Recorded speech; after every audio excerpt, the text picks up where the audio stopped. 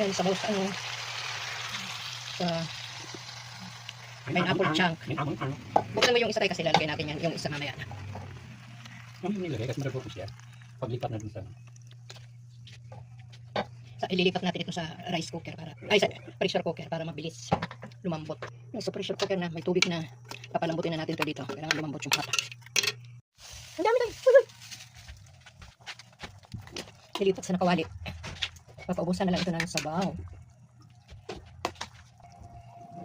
Okay, boss ko. Mamaya na yung isa. Naman, baka malat.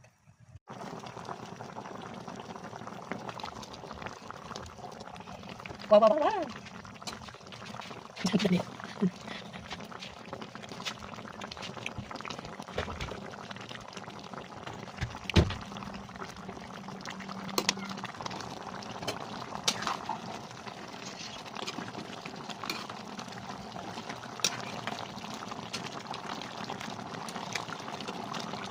So, yan. May sabaw. Mamaya, pagka lumamig, wala na yung sabaw.